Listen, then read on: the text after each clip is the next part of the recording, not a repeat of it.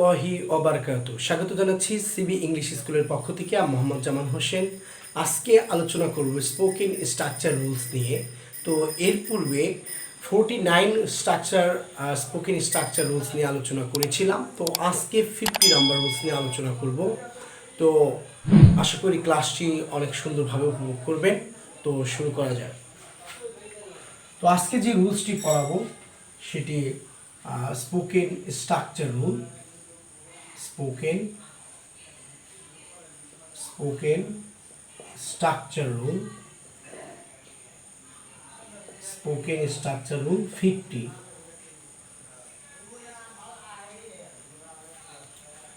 তো যারা spoken structure rule 49 দেখেননি তারা অবশ্যই 49টি দেখে 50 রুলসটি দেখেন।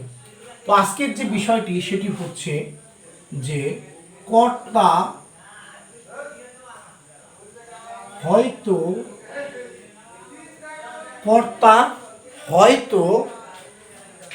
কিছু করতে পারত,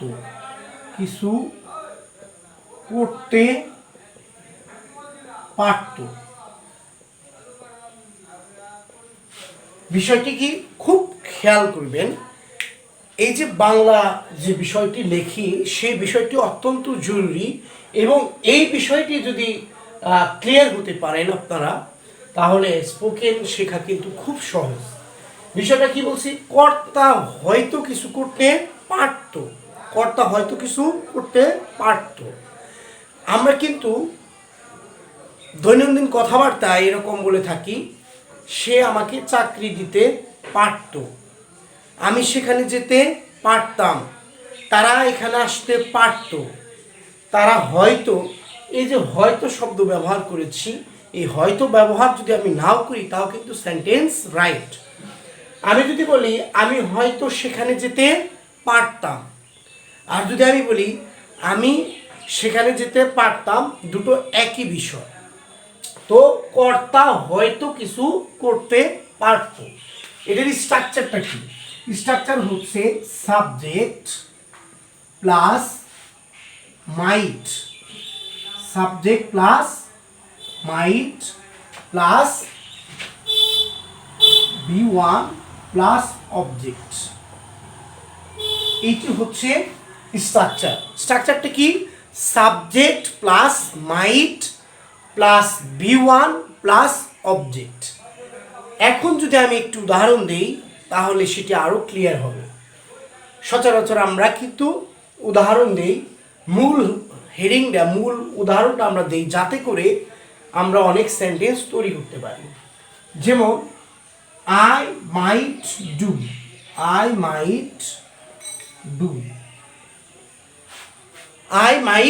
do মানে কি? আমি হয়তো করতে পারতাম, আমি হয়তো করতে পারতাম, আমি হয়তো করতে পারতাম। এই যে কর্তা হয়তো কিছু করতে পারত, আই মাইট ডু, আমি হয়তো করতে পারতাম। এখন মূল যে বিষয়টি, সেই মূল বিষয়টি আপনারা খেয়াল করবেন। এইখানে আই মানে কি? আমি। এখন যদি উই বলি তাহলে কি হবে? আমরা। তাহলে আমি যদি বলি উই মাইট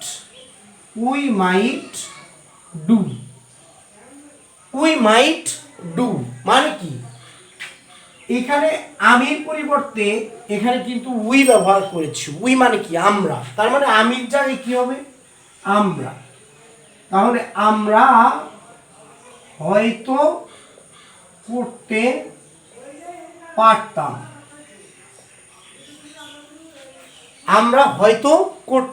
পারতাম, এখানে কি ব্যবহার করেছি? জাস্ট পার্সনটি চেঞ্জ করেছি আর আমার সেন্সটিও পরিবর্তন হয়ে গিয়েছে।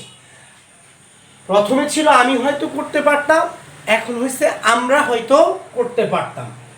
জাস্ট আয়ের জায়গায় উই দিয়েছি, সাবজেক্ট পরিবর্তন করেছি, এজন্য অর্থ পরিবর্তন হয়ে গিয়েছে।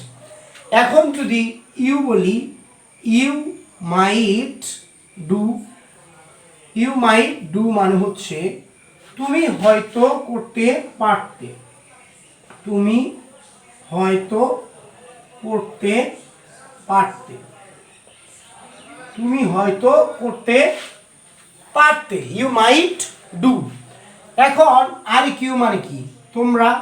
এখন যদি বলি ইউ মাইট ডু, তাহলে কি হবে, তোমরা হয়তো করতে পারতে। এখন যদি বলি he might do, he might do, he might do, সে হয়তো, সে হয়তো করতে পারত, সে হয়তো করতে পারত। এই যে জাস্ট কি করেছি, আপনার খুব ভালোভাবে খেয়াল করবেন এই বিষয়টি।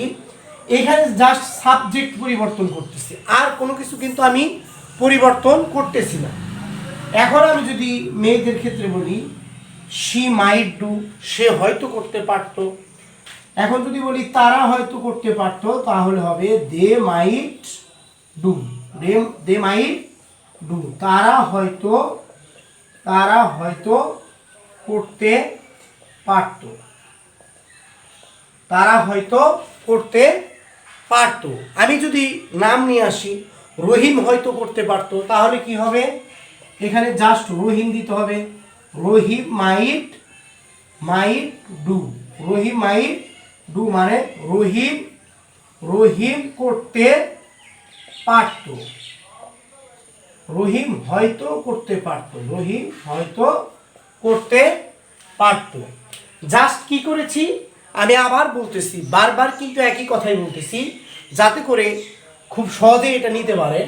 জাস্ট আমি পার্সন পরিবর্তন করেছি, you might do, we might do, she might do, he might do, they might do, Rahim might do. Just খালি এগুলো পরিবর্তন করেছি। সাবজেক্ট পরিবর্তন করার কারণে আমার নতুন নতুন বাক্যও তৈরি হয়েছে। সাবজেক্ট শুধু পরিবর্তন করেছি, তার মানে এটা হচ্ছে মূল হেডিং, মূল বিষয়। আই মাইট ডু, আমি হয়তো করতে পারতাম। উই মাইট ডু, আমরা হয়তো করতে পারতাম। ইউ মাইট ডু, তুমি হয়তো করতে পারতে। ইউ মাইট ডু, তোমরা হয়তো করতে পারতে। হি মাইট ডু, সে হয়তো করতে পারতো। শি মাইট ডু, সে হয়তো করতে পারতো। দে মাইট ডু, তারা হয়তো করতে পারতো। রহিম মাইট ডু, রহিম হয়তো করতে পারতো। এখন এই পার্সন যখন পরিবর্তন করেছি, তখন কিন্তু আমার নতুন নতুন সেন্টেন্সও তৈরি হয়েছে। এখন যখন আমি ভার্ব পরিবর্তন করব, তখনও কিন্তু আমার নতুন নতুন সেন্টেন্স তৈরি হবে। এই জন্য এই বিষয়টি খুব ইম্পর্টেন্ট। এইগুলো হচ্ছে মূল হেডিং। আই মাইট ডু, আমি হয়তো করতে পারতাম। এখন এই ডু এর স্থলে নতুন নতুন হাজার হাজার লক্ষ লক্ষ কোটি কোটি বাদ বসান, কোটি কোটি সেন্টেন্স তৈরি হবে। আর সাবজেক্ট এগুলোই পরিবর্তন হবে, এছাড়া তো আর সাবজেক্ট নেই। এখানে ইটের পরিবর্তে আমরা যে সাবজেক্টটি আসবে সেই সাবজেক্টটি আমরা বসাবো। আশা করি যে এই লেসনটি আপনারা অবশ্যই ক্লিয়ার হয়েছে আপনাদের।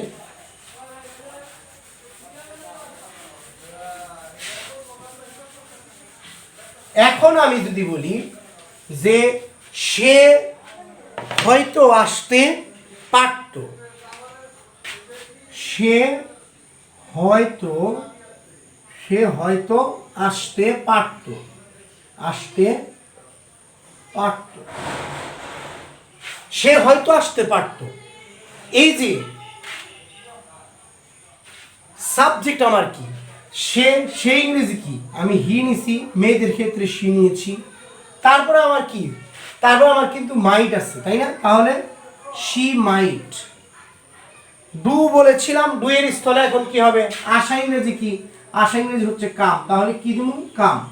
তার মানে হলো হি মাইট কাম, সে হয়তো আসতে পারত।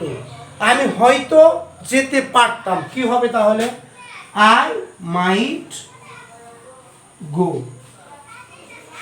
আমি হয়তো যেতে পারতাম, দেয়ার যদি দেই সেখানে, তাহলে আই মাইট গো দেয়ার, আমি হয়তো সেখানে যেতে পারতাম। তারা হয়তো আজকে, তারা হয়তো এখানে আসতে পারতো, তাহলে দে মাইট কাম হিয়ার। এইভাবেই কিন্তু আমার বাক্য তৈরি হবে। জাস্ট আমি কি করব, ভার্বের জায়গায় নতুন নতুন ভার্ব আমি দিব। এই ডু এর স্থলে, এই কামের স্থলে, এই ব্রেকেটের স্থলে আমি নতুন নতুন ভার্ব দিলে আমার নতুন নতুন সেন্টেন্স তৈরি হবে।